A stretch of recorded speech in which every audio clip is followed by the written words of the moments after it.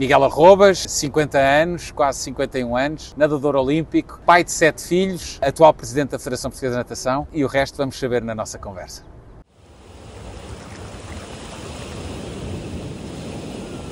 Tendo vindo de um desporto solitário ou individual como a natação, não esquecer também que depois tudo aquilo que eu fiz com as águas abertas, não o fiz sozinho, eu não estou no meio do mar sozinho, preciso de uma equipa, da importância da equipa e da importância também de passarmos sempre mensagens positivas, mensagens de motivação a quem está ao nosso lado. E porque é dessas motivações, dessas palavras, que eu consigo também ultrapassar muitas vezes aquelas dificuldades que tinha no meio do mar.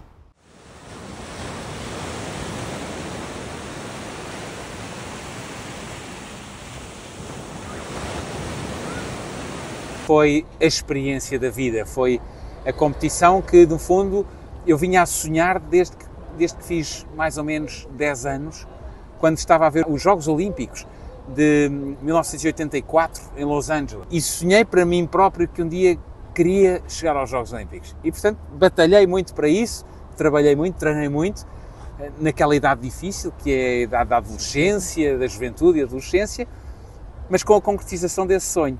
Faltava-me um mês para eu ter 18 anos. E como tu deves imaginar, aos olhos dessa criança ainda e jovem, foi espetacular, porque foi uma experiência inesquecível. Recordo ainda muitos momentos e, obviamente, toda a parte da competição e da natação, que era aquilo que era o propósito de lá estarmos. Recordo muito bem também todos os momentos que marcaram, acho que para a vida toda. Eu acho que foram uns Jogos Olímpicos muito bem organizados, com uma grande envolvência, numa altura, numa vivência política também difícil. Estamos em 92, vivíamos tempos políticos também interessantes e que marcaram a história do mundo também. E por isso, para um jovem de 18 anos, praticamente, acompanhar isso tudo foi espetacular. E depois foram jogos muito bem organizados e com uma envolvência muito gira. Eu lembro que fiz as minhas provas e depois fui ver tudo o que podia para ver. As provas correram bem, bati os recordes nacionais, que também já eram meus, recordes nacionais absolutos, dos 100 metros e 200 metros de costas, e depois, terminada a prestação da natação, tivemos a sorte ainda de lá estar 4, 5 dias, e foi viver ao máximo. Sempre fui uma pessoa que gostei muito de conhecer gente do mundo todo. Lembro, por exemplo, da conversa que tive com um treinador que, a certa altura, me disse: eu sou de um país que tu nunca ouviste falar. Ele disse: eu sou de Guam.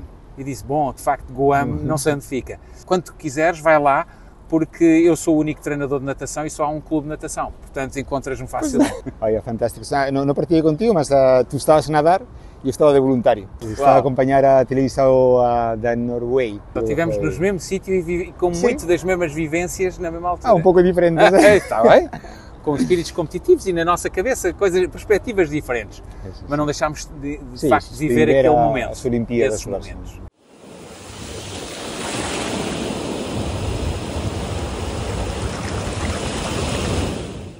Quando e porquê decides deixar do esporte? Ainda hoje não sei explicar, David. Vejamos, eu tenho quase 18 anos em 92. Faço a época de 93 e em 94 vou-me embora, desisti da natação.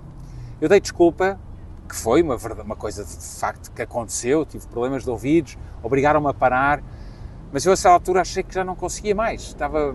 É o que eu digo sempre, tive anos e anos a sonhar com os Jogos Olímpicos, a treinar com esse objetivo, a dizer não aos meus amigos. Vamos beber uma cerveja? Não. Vamos sair à noite? Não. Porquê? Porque tinha que. E, portanto, a certa altura eu vejo-me um bocado liberto e foi a decisão que tomei na altura. Lembro-me perfeitamente que numa das televisões que havia na altura, a RTP1 ou a RTP2, que o comentador que fazia hoje, Miguel Arrobas, nada aos 200 metros costas, aos 100 metros costas, bate recorde nacional. Miguel Arrobas, que é a grande promessa da natação portuguesa para Atlanta 96. Eita. E o que eu passo muitas vezes esta imagem é que a grande promessa tornou-se a grande desilusão. E essa decisão que eu tive também me ajudou muito, anos mais tarde, fazer o que eu depois acabei por fazer. O meu regresso a uma natação diferente, onde nós nos conhecemos também, algo que me voltou a despertar o desejo de ultrapassar obstáculos, de ultrapassar grandes desafios e ter uma motivação para algo grande.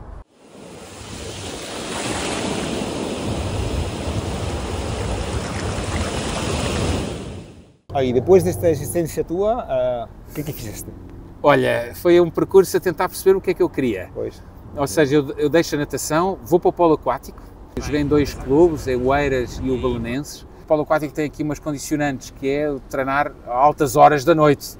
E, portanto, eu naquela altura estava a entrar na universidade, morava em Sintra, treinava em Belém, sem carro todos os dias. Portanto, acabei por deixar o polo aquático e fiz 3 anos fora d'água, fui fazer jiu-jitsu, fui fazer artes marciais, completamente fora da minha zona de conforto. Mas era algo que puxava muito por mim e que eu acabava aos treinos a dizer: uau, valeu a pena, eu estou quase a cair para o lado de tão cansado que estou.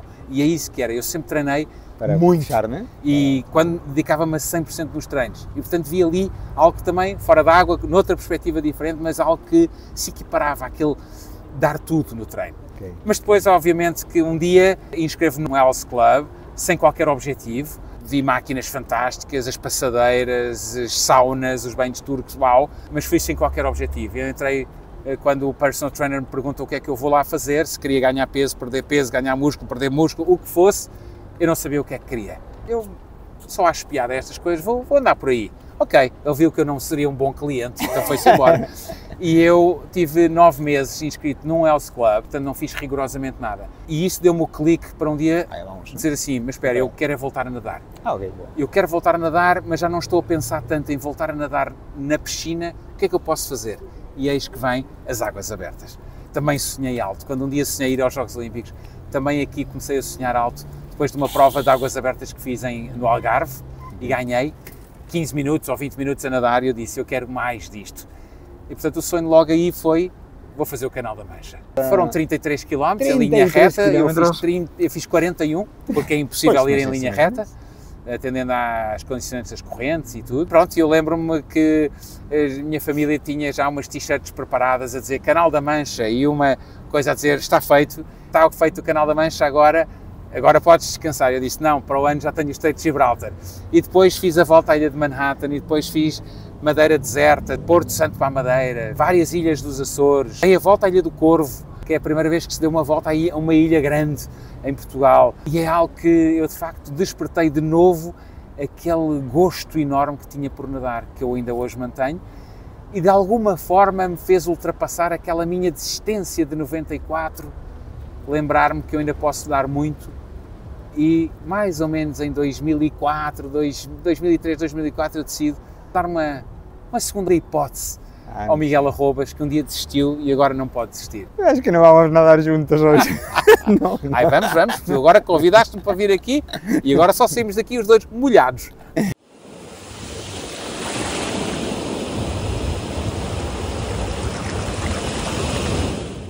Algum desafio onde tiveste medo?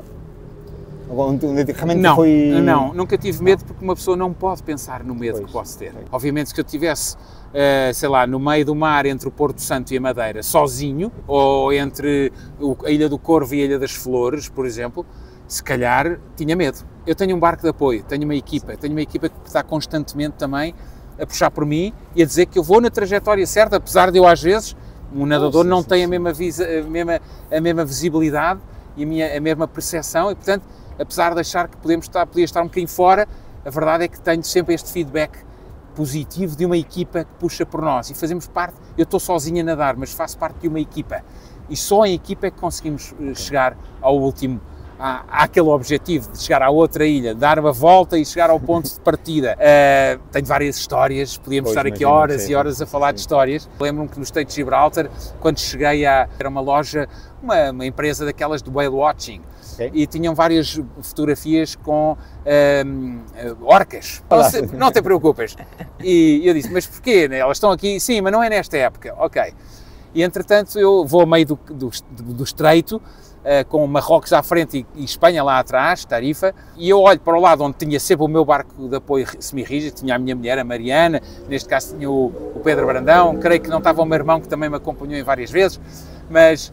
E de repente, olha, o barco também não estava, e estava também mais ou menos uns 2 km atrás, e eu comecei a não achar muita piada. Aí há um certo receio, mas eu a certa altura também cruzei com as baleias. Sério? Estive no meio de baleias a fazerem um círculo à minha volta, e não se tem medo, tem-se respeito.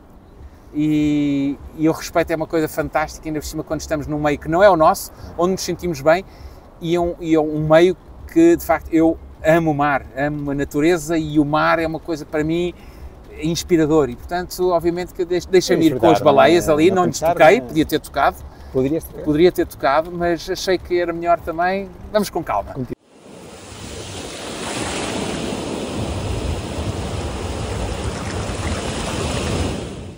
Miguel, de todas estas travessias que fizeste, qual foi a que demorou mais tempo?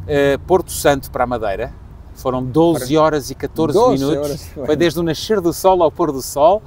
Foi uma travessia difícil, porque o dia não estava favorável, éramos muitos na água, eu não fui sozinho, acabamos por ir todos sozinhos, mas éramos vários dentro da água e acabámos por chegar poucos no final. Foi uma travessia que me custou bastante, até porque o tempo estava mau, não se via o objetivo, a madeira estava encoberta e isso desmotiva um pouco. Mas é engraçado que tenho aí uma história muito gira, porque eu, sendo um homem de fé, há muita coisa que me perguntam, olha, o que é que tu pensas? E eu digo, olha, penso na família, falo sozinho, falo com Deus, rezo, mas perco-me nas orações, enfim. Ali por volta das 9 horas, olho para a minha mulher que estava no barco e sabia que ela não estava a passar um bom bocado. Eu estava ali a ter uma barreira, 9 horas a nadar, não via o objetivo ainda, e estava com câimbras, estava com dores nos braços, estava cansado, estava um pouco desidratado. E olha, e nesta minha conversa com Deus, porque estou no meio da natureza, disse, vá lá, ajuda-me lá a ultrapassar isto, dá-me um sinal para eu ter aqui um bocado de força. Acreditem ou não, meio minuto depois eu estava no meio de um grupo de golfinhos, de passarem por baixo, a darem saltos e tal. Eu tentei avisar a minha mulher que adora estas coisas, mas estava tão mal disposta que só me disse não me chateis, não é? Eu fiquei tão contente e tão ali a olhar para aquela coisa que me estava a acontecer à frente dos olhos que deixei de pensar nas dores. E a verdade é que fiz as outras 3 horas, com custo, obviamente, continuo com cansaço e tudo, mas não me lembrei mais daquela parede que estava e ultrapassei essa dificuldade. Naquele momento tudo custou menos e cheguei ao final. Cheguei à parede a última rocha ao pé do Cabo de São Lourenço. Fantástico, uma coisa espetacular para recordar para sempre, claro. Fantástico.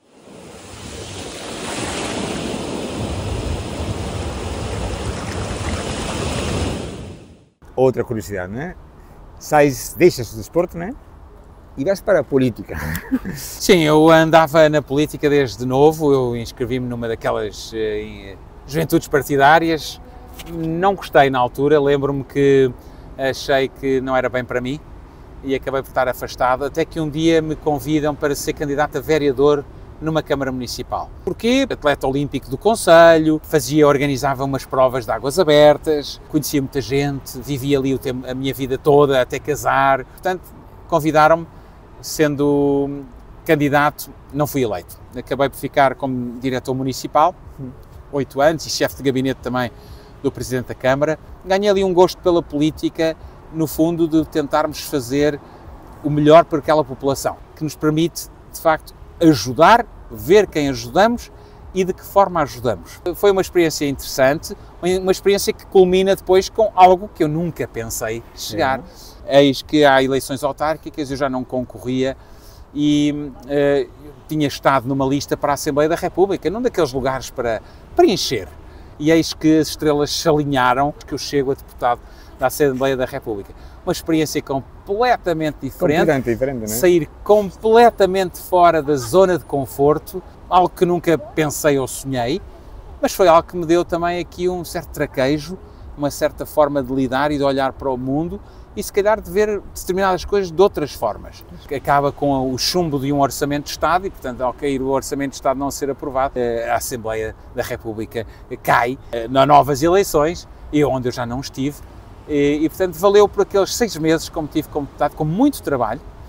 Era de um grupo parlamentar com 5 deputados, e, portanto, tive a oportunidade, e ainda bem, de ter 4 meses de muitíssimo trabalho, 2 meses já depois do chumbo do orçamento. No fundo, tive que ultrapassar-me a mim próprio para ser capaz também de estar naquele palco e de o viver da melhor maneira e de cumprir aquilo que era o meu objetivo, de fazer alguma coisa e deixar alguma marca.